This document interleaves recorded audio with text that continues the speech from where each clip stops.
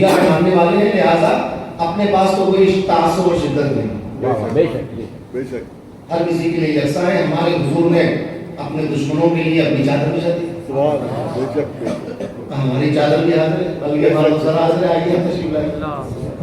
لہذا اتحاد کی ضرورت ہے، محبت کی ضرورت ہے، دل بڑا کرنے کی ضرورت ہے، معاف کرنے کی ضرورت ہے، عفو کی ضرورت ہے، گلے لگانے کی ضرورت ہے. آج امت بہت پریشان ہے، حالات اچھے نہیں، لہذا ایک ہونے کی، اتحاد کی، یونٹی کی، پیار کی، محبت کی، اخلاق کی، کردار کی ضرورت ہے، عمل کی ضرورت ہے.